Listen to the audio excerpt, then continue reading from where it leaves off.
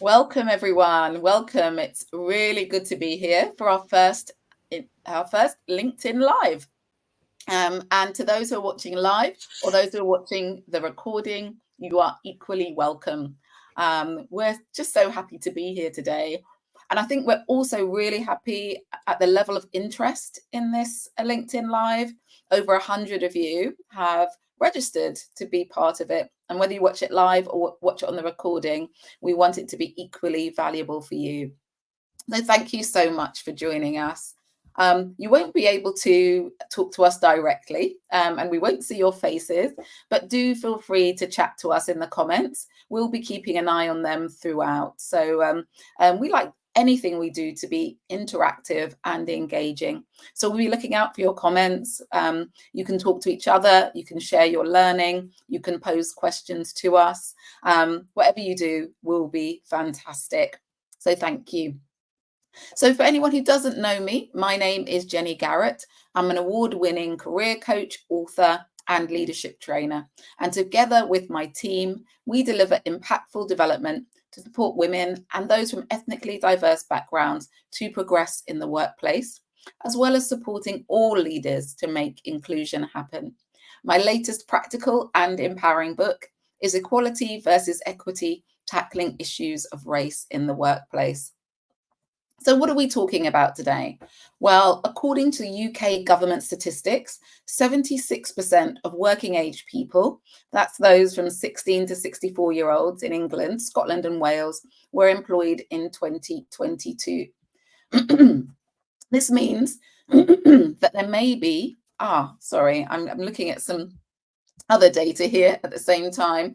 This means that there's a really intergenerational workplace. And that's just one intersection that we're looking at. But also, when we think about the intersection of generations and gender, what does that mean? Too often, we don't consider the intersections at all. But today we will be, and we're looking for a big change in terms of women to really start to think about the intersections and how they impact different women. So you may have seen that women of colour, and by women of colour, I'm talking about Black, Bangladeshi and Pakistani women, they actually face the steepest climb in the workplace. We want to bridge that gap.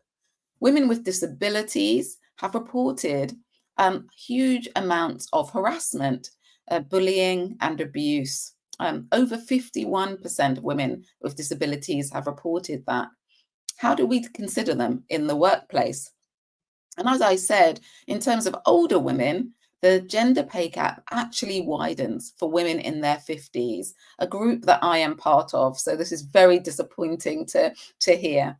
So today we're going to be talking about these intersections. We're going to be really understanding how women are impacted and start to think about what we can do about that. As you can see on your screen, I'm joined by an incredible, powerful panel. Sadia, Mutiat, Oge, Lisa, and Claudia, who are all members of the Diverse Executive Coach Directory, a directory that connects coaches from diverse backgrounds with corporate organizations. These coaches are at the top of their game, and I'm really excited to be speaking with them.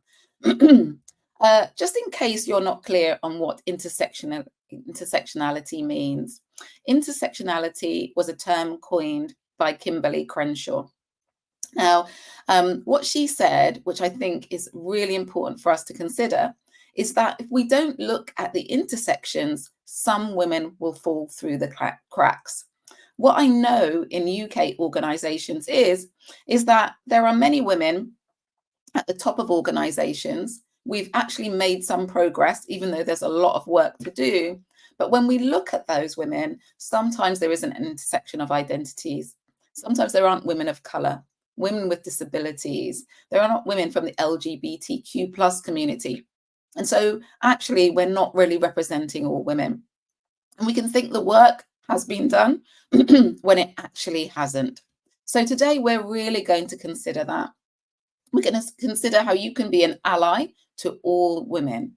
how you can take an intersectional lens and see that bigger picture that I've been mentioning, and how you can really make an impact in the workplace when it comes to equality and, more importantly, equity. So I'm going to ask our coaches, first of all, to introduce themselves. After that, we're going to open up to some questions from you. I can see you've already started typing in the chat. So hi to Jay, hi to Debbie, hi to Sarah, hi to Lily, hi to Tanya, who's also sharing some links in the chat too. It's really great to have you all here. Please do feel free to just use that chat throughout today's conversation. There is a hashtag as well, beyond ticking boxes. And you can also use the hashtag IWD 2024. And you can see us all here. Feel free to connect with us all on LinkedIn as well. So Sadia, over to you to introduce yourself. Thank you, Jenny. It's lovely to be here. So I'm Sadia Salam. I'm an executive coach, an inclusion facilitator, and a recovering lawyer. So I started life as a corporate lawyer, which I did for 20 odd years. And now I get to support senior women of colour to lead in a way that really works for them and their organisations, and also help organisations to become more inclusive so that they can attract and retain diverse talent. And it's great to be here. Thanks so much, Sadia. Mutiat? Hi. Okay. Thank you so much, Jenny. So I'm Mutiat. I'm a leadership and executive coach at the Ignite Your Leadership Prowess. I work with female leaders to help them break through ethnic and gender biases and lead with confidence and impact. Beautiful. Thank you so much. Okay. Thanks, Jenny. Hi, I'm Oge Austin-Chukwu. I'm a leadership and executive coach. I also have a background in medicine, having been in that field for more than 30 years. I support and help both leaders and organizations really deal with complex issues that come up with leadership, and to help them develop strategies to deal with those issues. I not only support leaders, I also have sat and continue to sit on several boards. So I know firsthand what it's like to be a leader dealing with all these complex issues. And I'm so pleased to be here. Thank you so much. And Lisa?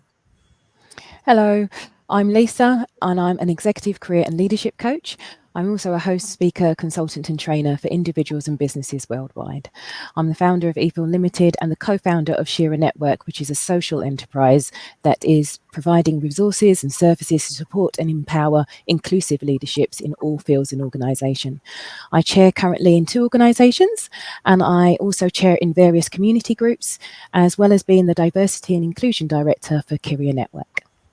Lovely. Thank you so much. And Claudia?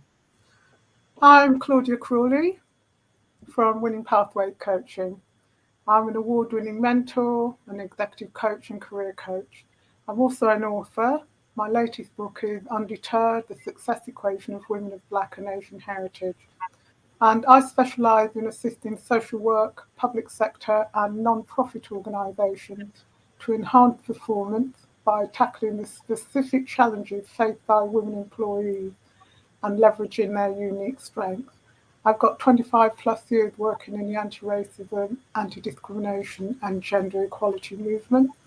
And my mission is to change the world one woman at a time. So that's me. Fabulous. Thank you so much. That's great. As you can see, what a wealth of experience our coaches bring. They're amazing. I've brought together a powerhouse of women here for you. So I'm going to get straight to the questions. Actually, I want to say just hello to everyone who's here. I know we've got, I think, around 40 people already here listening in, and I can see some familiar names and faces. So just really happy to have you part of today's session. So I started off by talking about intersectionality. You know, the question I want to ask you is, why is this a really important lens to have? You know, why is taking this intersectional lens, why does it matter? Because perhaps some people are thinking, well, women are women. As long as we focus on women, doesn't everyone get counted? So as there are quite a few of us, there are 5 of us, I'm going to ask you just for one reason each why you think this is really important. And I'm going to start with you, Claudia.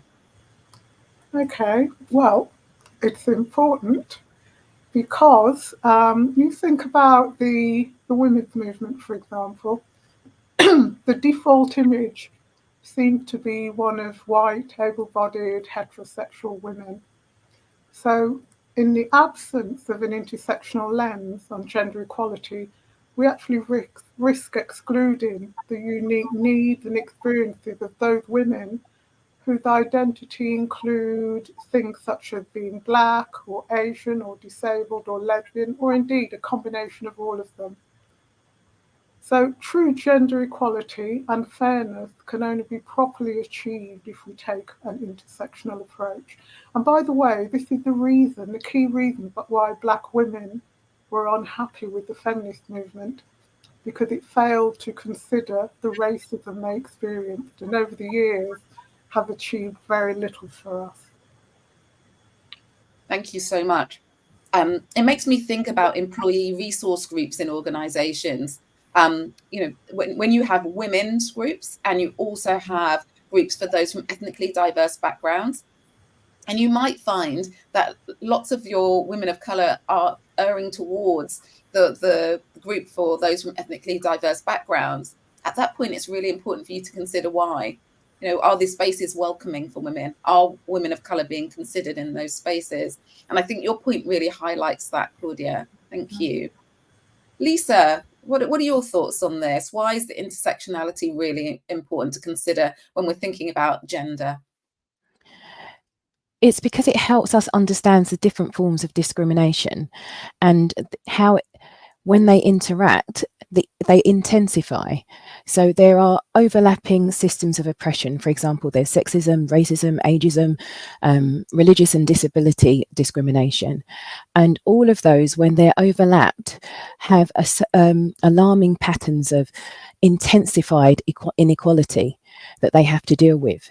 So the experience of gender inequality is compounded by the way discrimination interacts with other forms of disabilities. So especially those with physical and visible disabilities. For example, a woman who is physically disabled and also Black, that has compounding inequality and opposition that she has to face compared to a white abled woman, for example. Yes. And unless we talk about these things, unless we discuss those things, those that are not directly affected by it, so for example, a white abled woman, will not really understand or comprehend those sort of oppressions and inequalities that person feels. Unless you're directly affected by it, or somebody that you are close to is affected by it, it doesn't affect you. It doesn't consciously come to mind. This is making me also think about the fact that sometimes there's an intersection between ethnicity, neurodiversity, neurodivergence, and gender, and how actually it can show up differently and be interpreted differently because of those intersections in ways that perhaps it might have been spotted more easily or even treated more compassionately with someone else. So it's really bringing that point into sharp focus. Sadia, thank you so much, Lisa. Sadia, what are your thoughts about why intersectionality matters?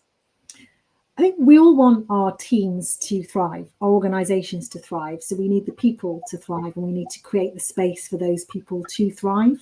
And unless you use an intersectional lens with everything that we do, we're only going to see part of that person. So when I turn up, you might see a woman, you might see I'm a brown woman. Some people might just see woman and not brown, but I'm both of those things. And I have a heritage, I'm Bangladeshi heritage, it's Ramadan. There's lots of things going on for me. So you can see things on the outside. I might have neurodiversity on the inside. There's lots of things that might be going on that I will need other people to know about me. But unless you take the intersectional lens and have conversations, and I feel that I can open up about who I am on the inside and the outside, you'll never really get to know me. And so many people in organizations feel they can't open up. They can't talk about their religion, their heritage, what's going on for them. So we never get to see the full them. And if they don't open up, other people don't open up. So we all become a bit more closed unless we use the intersectional lens, where we disclose about ourselves and we invite others to talk about themselves too, because we are conscious that intersectionality is so important. Thank you. Such great points there. And I thank you for bringing it into the personal as well, for us to just consider it from one person's lived experience. Mutiat, what about you? What are your thoughts? Okay. I liked what you talked about when we started and you said you fall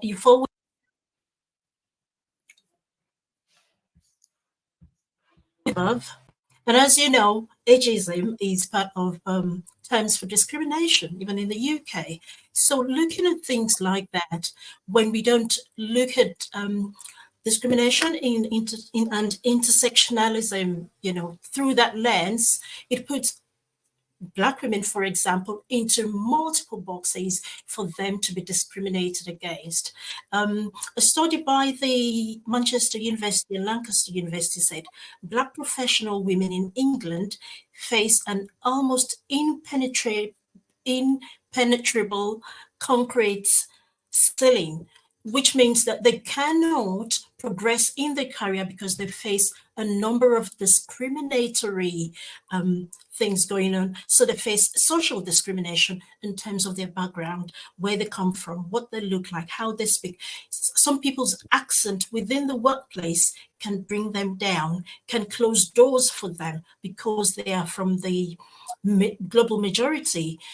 Because of your age, when you look at what people from the global majority go through, women from other ethnic minority groups, if you're Black and you're 50 and above, the tendency that you're not going to have that promotion as easily as a white female in the same category age-wise is quite higher.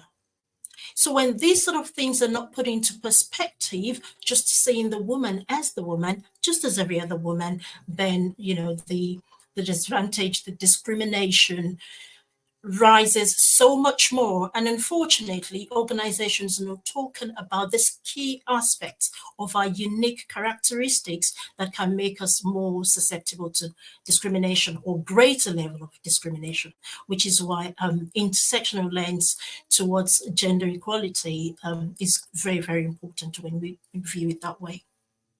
Yeah, and thank you so much for those points. I think when we think about older women as well, we might be thinking about experiencing menopause and what might be needed. You might be a carer as well, to elderly relatives and young children. You might be in that sandwich.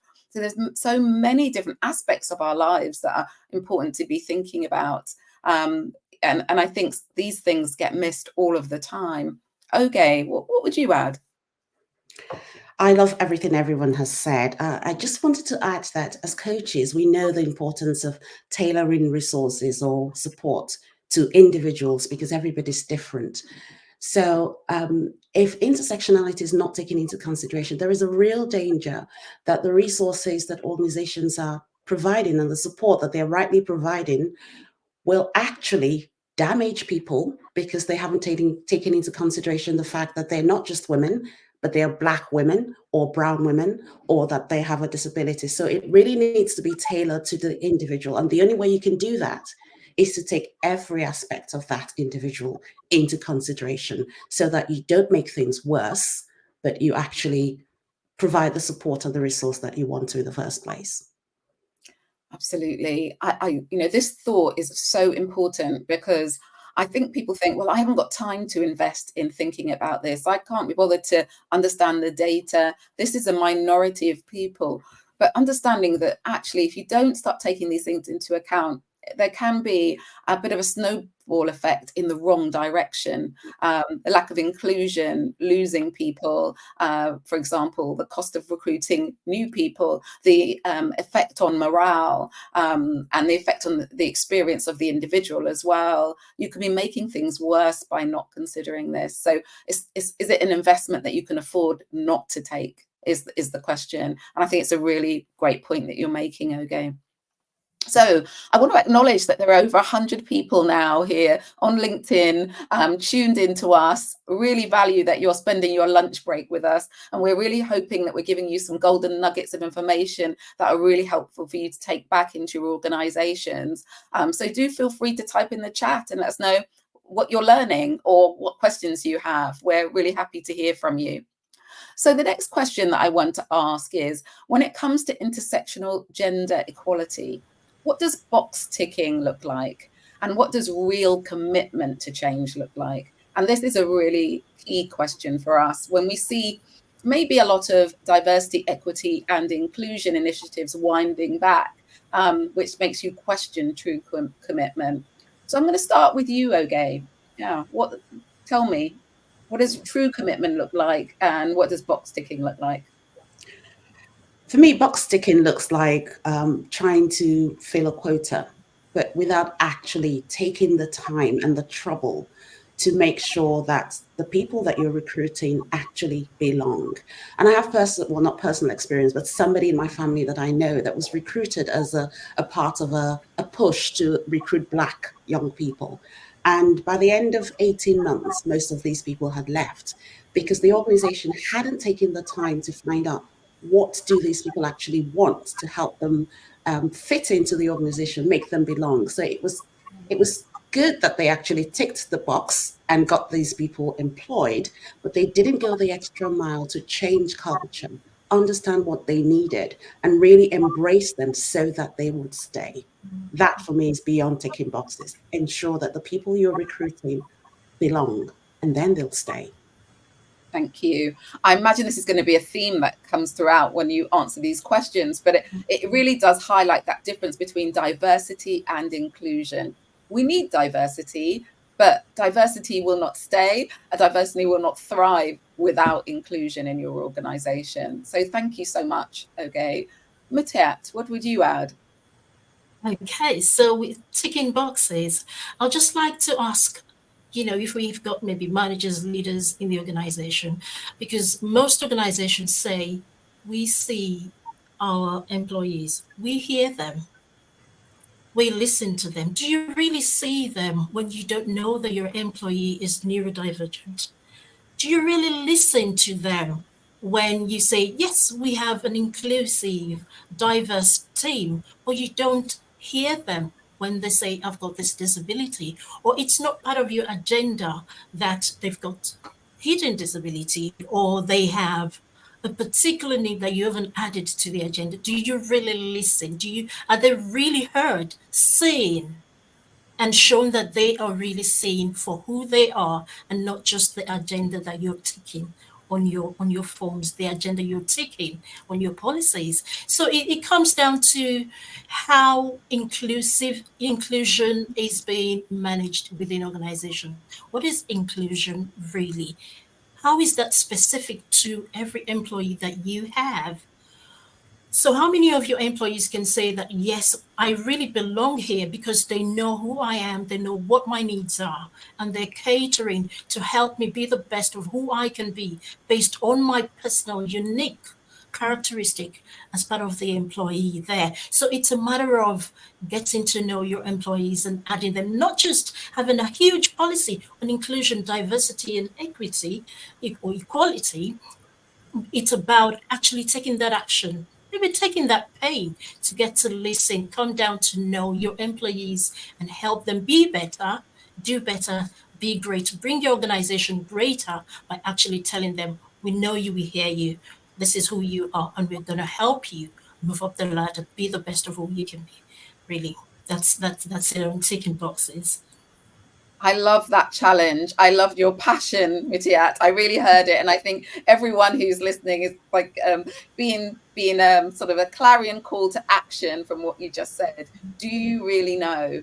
And can you really call yourself a leader if you don't? Is what I heard from you. And yeah, it's a great question to pose.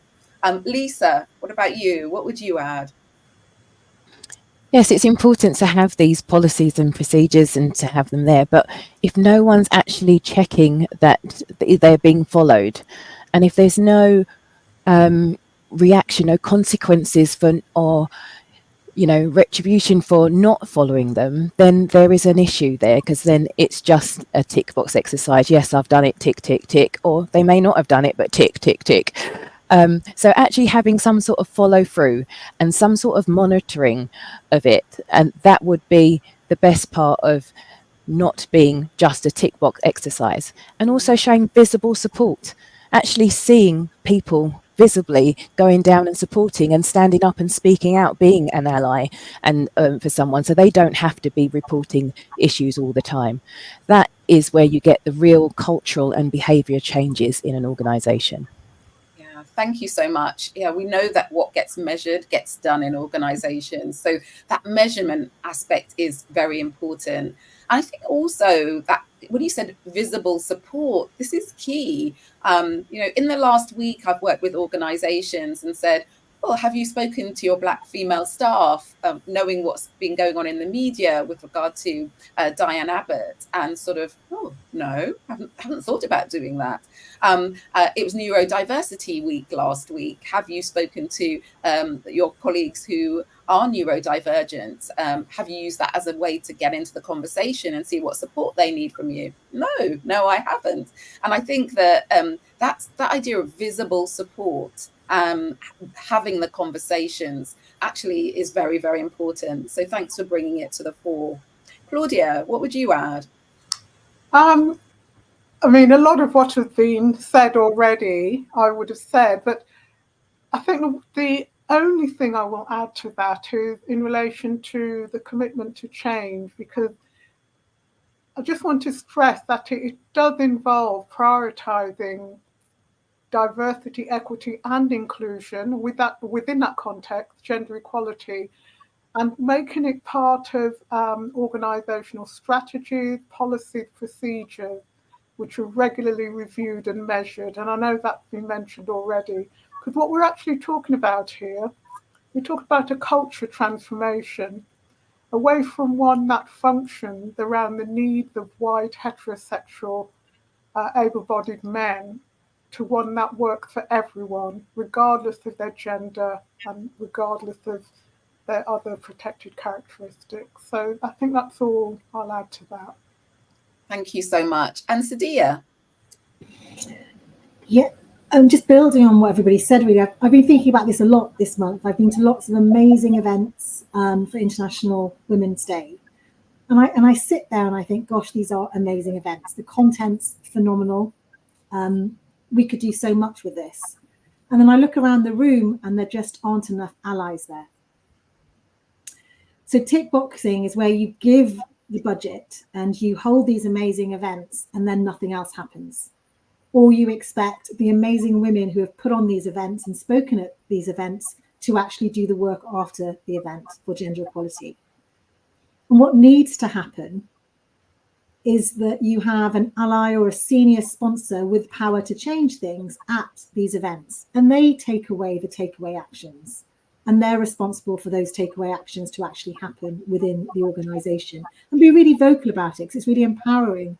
And I've seen it. Some organizations have allies that go to these meetings and say, I'm the sponsor today. I sponsor today, and I'm going to be responsible taking away the actions and making sure they happen. It's a really powerful thing to say. And then you know something's going to happen. And it's just a lot more than just a tick box exercise of having an event. Thank you. Great point. And again, great challenge. And hopefully people are looking at themselves in the mirror right now and thinking about that.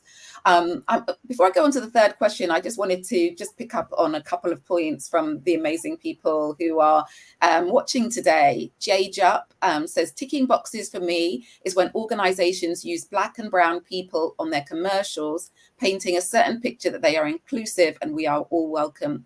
But when we scratch under the surface and look at their employees, they're being treated differently than their white colleagues. They're not paid the same, promoted or developed. Great point, Jay. Thank you so much. And there was a point from Lily.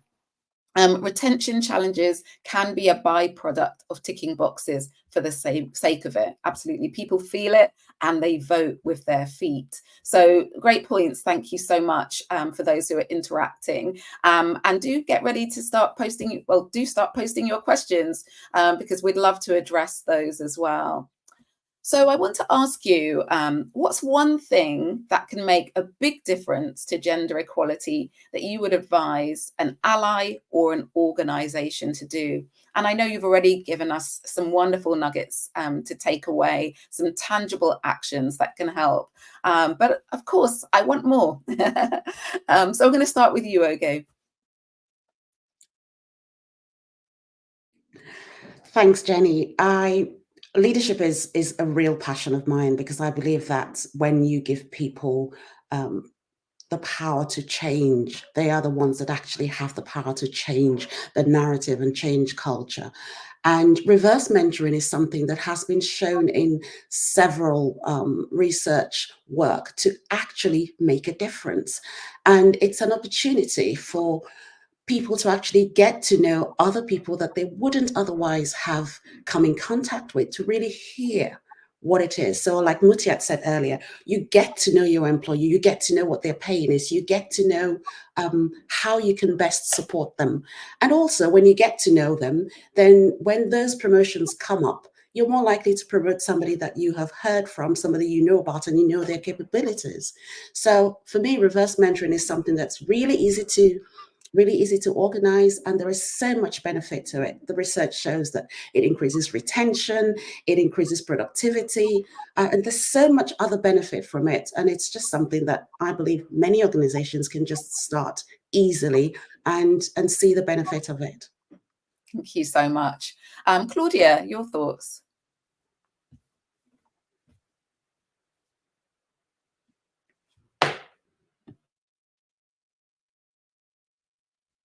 I can't hear you at the moment, Claudia. Sorry about that. No I'm problem. new to LinkedIn Live. Yeah, organisations need to start having conversations and seeing women in all their diversity, and just start appreciating that the diversity means that their experiences and the challenges and the needs they experience, the need they have, they're not all the same. And start that conversation about those needs and how the organisation can respond in a way that actually guarantees inclusivity to all women. And by the way, something I think which is really important right now, and you mentioned it at the start, Jenny, and that there's a bit of a backlash against DDI at the moment. And what I would say to leaders in organisation is just to shut out that negative noise and the undermining of the diversity, equity and inclusion agenda. And it's coming from some of the mainstream media and parts of Parliament, unfortunately. Because your organisation will regret it if you give in to that negative noise. Because what researchers have found, and many researchers have found, is that workplace EDI, which includes gender equality, of course, is incredibly good for business on numerous levels. It contributes to increased recruitment, retention, increased revenue, increased engagement, and increased productivity. And, just on for those things alone, it's worth continuing with this and just shut out the noise. That's all I'll say on that. Thank you so much. Great points. And absolutely, we've come a long way. A lot of great work's been done. The last thing we want to do is undo that. We want to keep moving forward. So Mutiat, what's your tip? What's your one thing that can be done to make a difference?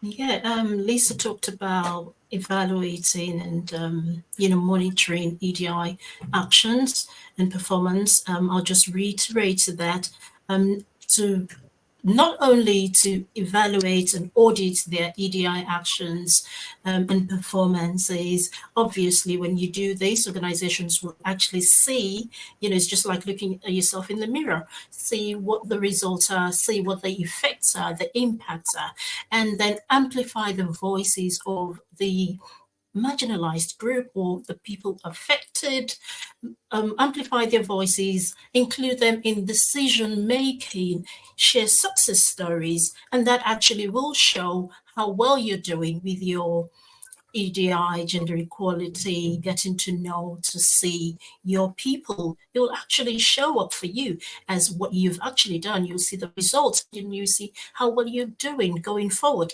And in fact, just as Claudia said, it has so many benefits for organizations to be very inclusive in every aspect of it. It boosts business in every way.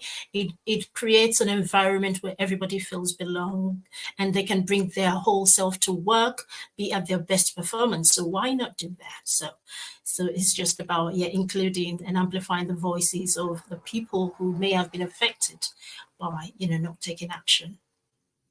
Brilliant, thank you.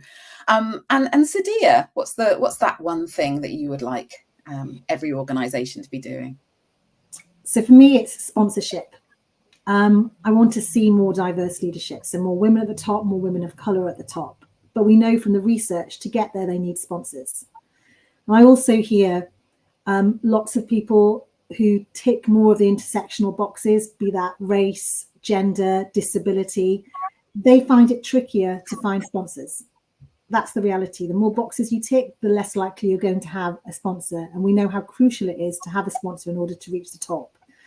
So it's not just enough to have a sponsor and a sponsee. I think you also need a program to support the sponsors, because I hear a lot of sponsors, a lot of great sponsors, not wanting to take women of colour on as sponsees because they're worried that if they do, that person might leave.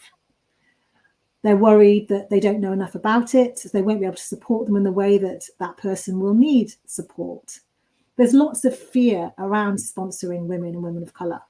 And I think we need to address that by having programs in place, sponsorship programs in place that support the sponsors to learn, for the tricky questions that may well come up, and for the sponsees, how to be a sponsee, how to get the most out of your sponsor. These are all things that we need to teach. And the same with reverse mentoring as well. We can't just have a system out there that says you're now a mentor to so-and-so. We need to support mentors and mentees as well. And those are the programs I see do really, really well when there's a support in place. But we do need more sponsors. So if you've got an organisation with lots of diverse talent in the middle and not getting to the top, really look at your data of how many of the middle had sponsors.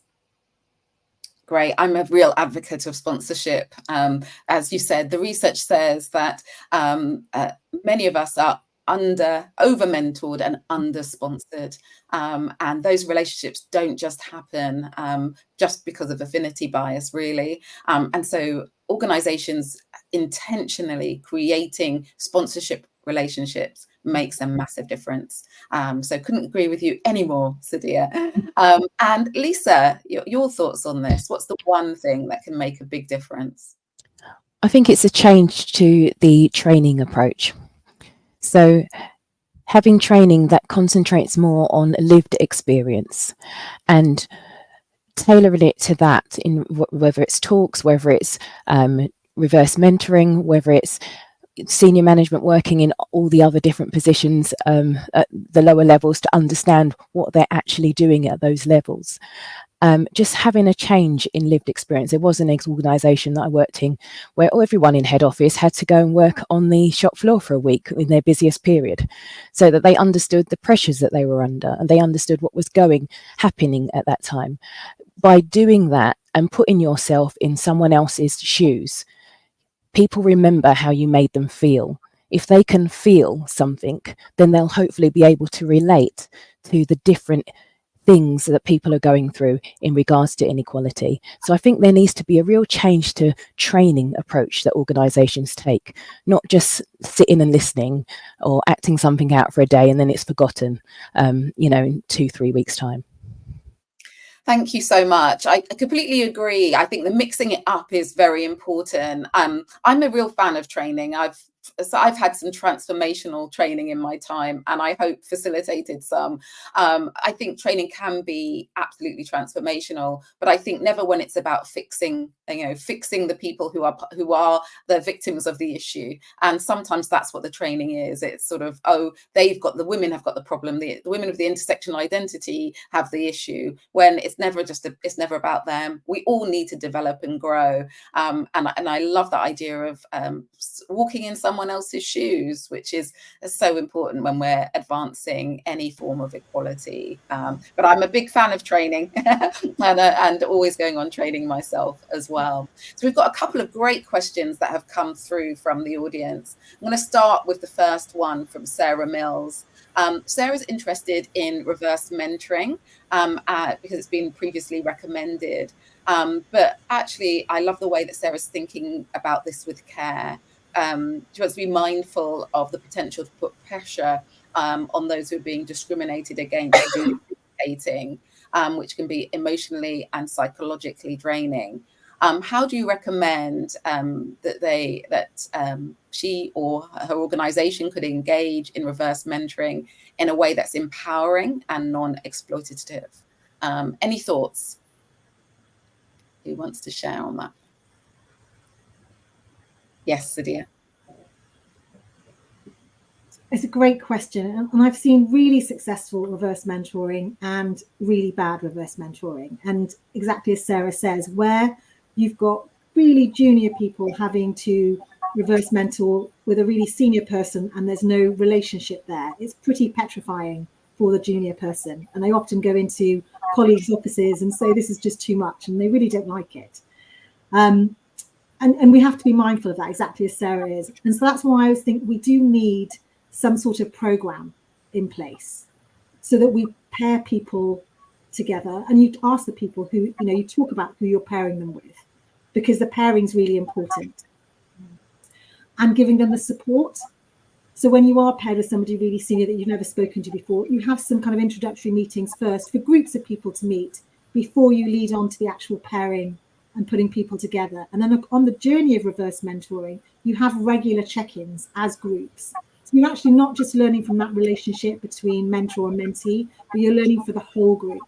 Because when you're in a room where it's really hard to be a mentor, reverse mentor to somebody senior, and you've got all this worries about it, the anxiety around it, if you're able to talk about it and get some top tips on how to deal with it, everybody grows. So I think it's the support, and for us to acknowledge that reverse mentoring is brilliant when it's successful, but there are some difficulties along the way that we have to help you with. Can I just add to that, Jenny? There was research done by one of the NHS trusts. I think it was NHS Manchester or something, and you can read about it. And there has to be a structure to reverse mentoring. And it is advocated that before people actually paired, that there is some training given about what reverse mentoring is, how it works, and so that people are not going in blind expecting something that they're not going to get. And also, the other important thing is to make sure that there is chemistry between the people that are being paired and they get to know each other, so that it's not just seen as just another thing that they have to do. So when it's done well, there are real benefits to reverse mentoring. Yeah. I love changing the word reverse to reciprocal. And just knowing that you will both gain from this. It's not one person giving to the other, it's both. And actually, the person who perhaps shares their lived experience can perhaps get a sponsor out of this relationship.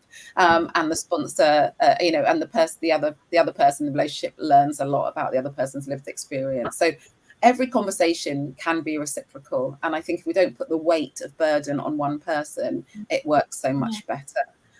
There's a great book. Yeah, just one thing. There's a great book by Patrice.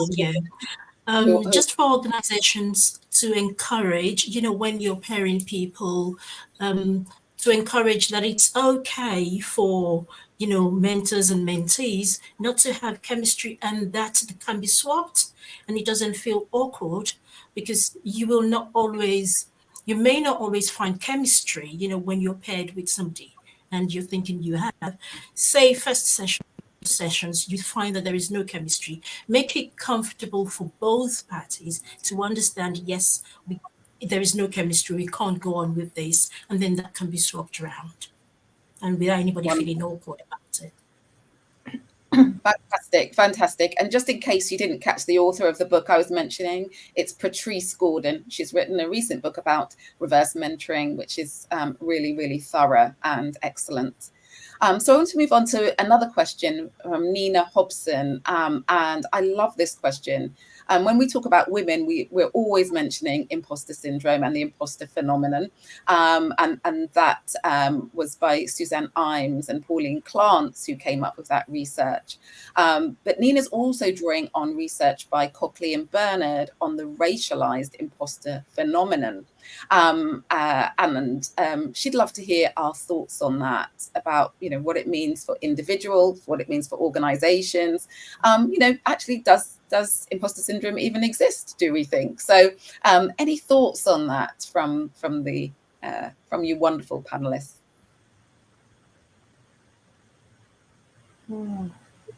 I can start. Shall I? Oh, Sadia, do you want to say something? Sure, it's a great question, because imposter phenomenon is it's often used against people and for people all the time. And I kind of break it down to what it really is. And then I think there's two things. There's the internal barriers that we have, and the things that are going on the inside, and things that are going on the outside. And they're not necessarily related. So we have all the external barriers, and we don't have to then blame it on imposter phenomenon or blame it on anything else. The external barriers that exist, and we all know that. With imposter phenomenon, I always see that as your inner critic on steroids, is how I see the imposter phenomenon. We all have an inner critic. We all have a negative inner voice that's there that we need to form a new relationship with.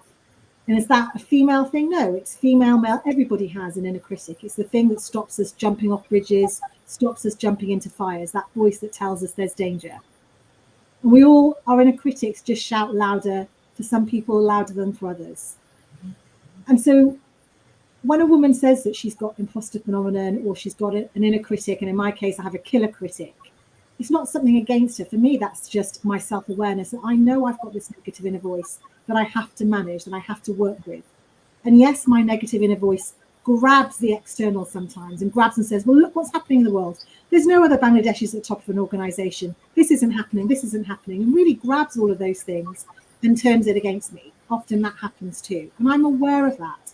That doesn't mean that what's happening on the external isn't actually happening. It just means that when my negative internal voice says all these things, I have to learn how to manage it. I have to learn that, yes, I hear you. Yes, I hear it. Yes, it's debilitating at times, but I also need to know how I can show up and manage that. So I think there's just lots to, I don't think we can just put it into one phrase, imposter phenomenon, and there's a quick fix. There's nothing to be fixed, because women aren't broken. But I think it does exist, but I think we go down to what is the inner critic and the impact it has on the first. Thanks, Sadia. I know Lisa did Sorry. want to say something. Shall we go to Lisa first, then I'll come to you, Claudia? Okay. Okay, thank you. Exactly that what Sadia said. It does exist, and it is a case of acknowledging it and managing it, and recognizing when it comes up what it's doing to you, what it's stopping you from doing or moving forward with. Because once you recognize that, that's when you take your power back and you make choices on how you're going to move forward. You can choose to listen to it and be stopped in your tracks, or you can choose to acknowledge it and say, right, this is what I hear, but this is the right way forward. It's about taking those risks. We are sometimes afraid to take risks and step forward and say yes, and to move into new spaces. But in doing so, it's dealing with those forks that come through that try to put you off and try to discourage you. And because you are leading, and because we are women entering into these spaces that we haven't been in before, or there's not very many of us, and often they're the only one in those spaces, we have to push through and just think about all those people that will then see that it is possible, and it is possible to bring others behind us and pull others up. So it's important to recognize it, realize that it is something real, but also to learn how to deal with it. And there's various things out there, various techniques, and lots of us can deal with that here in the directory. Thank you so much. Brilliant. Claudia? Yes, I absolutely agree with everything that's been said so far. But one thing I will add, and that is there is a theory, which is, in fact, I'm being trained in this theory to add to my coaching toolkit, and it's called positive intelligence. And it's all about how you manage those critical inner voices, which the theory calls saboteurs, how you manage them, and how you, when they start, how you move. You shut them down, basically, and move into a stage of positivity. So I'm just throwing this out there for anyone who might be interested in finding out more about this, because we've all got those inner voices, we've all got those saboteurs, and at the end of the day, it is very much about how we manage them and how we respond to the challenges. Because when they hijack you, you're not going to be performing at your best, that's for sure. Great points from everyone. For me, when I think about the intersection of women's identities in the workplace, the most common thing that leaders say is they need to develop more confidence. And when that is said, I always think, what is it about this organization that has been eroding their confidence? And I think it's important for an organization to acknowledge, what are we doing that's driving imposter syndrome here? Is it that I look around and I don't see anyone who's like me? Is it that when I speak up, I'm spoken over? You know, what is going on in this organization that makes me feel, or when I look up, the fact that I don't see any other women, that tells me that I don't quite belong, and that maybe I have to work harder than everyone else to be equally successful. Maybe at some point someone's going to tap me on the shoulder and say I don't belong here. So it's very important, I think, for an organization or for teams and for leaders to acknowledge their role in driving how much imposter syndrome their staff are feeling. And I think that's a good starting point, as well as, of course, women working on themselves. So I think that's a brilliant question. Thank you. And we're getting lots of wonderful comments. I like this one from Marina as well here, who's asking, and I know Mutiat, you touched on it a little bit, but are there ways to ensure that mentors or mentees click well, and that the relationship moves to a higher level of trust and genuine support? So we're thinking again about the reverse mentoring, but it could also be sponsor and sponsee. And I think, you know, often there will be a difference. It might be, one woman mentoring or sponsoring another woman who has the intersection of identities, etc. So actually, you know, what can we do to build quickly in order to move relationships forward to be productive, especially when we're dealing with difference? Any thoughts there? Yes, Sadia. And a bit like Oge was saying earlier about having that a structured program. And often what I love is in a kickoff session, we talk about all our fears. You know, what don't we want to talk about? What's stopping us say what we really want to say? And often we talk about the inner critic. And as Claudia said, the saboteurs, who's going to sabotage this relationship between us? You know, is it going to be that protector controller saying, oh, don't talk about that and that. They're going to think you're not very good. They're going to think this about you. They're going to think that about you. There's lots of things going on in our minds when we form new relationships. You know, your first day at school, lots of memories will come up. The first day in the job, lots of memories will come up. We often stay quite guarded, so we don't get to know people. So having that kickoff session where we talk about what's happening in our minds, what we don't want to say, what we do want to say, and actually giving people questions. Let's all ask each other the same questions. Let's get to know each other. So you can help people get to know each other. You can help people click. You help by asking the right questions, but also talking about the things that nobody wants to talk about, the fear, the things that are stopping you actually open up. I think that kickoff session is really, really crucial to the clicking, if you like, and also the program that you have where you have those check-ins. What's working? What's not working? And sharing that as a group. That's why I think programs really do help with the clicking. Lovely. Thank you. Yeah, great insights. And I think just always finding connection is great, isn't it? You know, what's your favorite movie? What do you love to eat? Where do you like to go on holiday? You know, just finding points of connection, because however much difference there is between us, there will be commonalities. And when we can always build from those common places. Oh, it's been amazing. It's great to see so many of you here engaged in this conversation. We really appreciate it. And as you can see, our coaches have such a wealth of information, such a wealth of knowledge and experience, and they are amazing coaches as well. So please do connect in with them. It's really important for you to do. And also just follow us on the Diverse Executive Coach Directory LinkedIn group. That's a great way to find out what we're up to, what we're doing next. I've got a final question. Time's gone very quickly. Sadly, this has to be our final question. And it's kind of challenge to you as coaches. What should the theme for next year's International Women's Day be and why? This year it was Inspire Inclusion, and there was also the UN Women theme as well, Invest in Women, Accelerate Progress. So what do you think it should be? And I'm going to start with Claudia. What do you think it should be? Oh, I knew it would be me. Right. My theme for next year's International Women's Day is value all women. Love it. Say anymore. Yeah, exactly. Mic drop moment. I knew we'd have one with you, Claudia. Lovely. Lisa, what do you think it should be? I'm going for drive diversity. I'm inviting people to carry on and continue. There's lots of people that want to stop programs, as we know in the news and organizations, but to drive diversity, to keep going until it's not a problem anymore. We don't have to have these conversations. Brilliant. Lovely. And Sadia? I think mine's going to be activate diversity. So building on Lisa's, but I'd love to see the allies do more.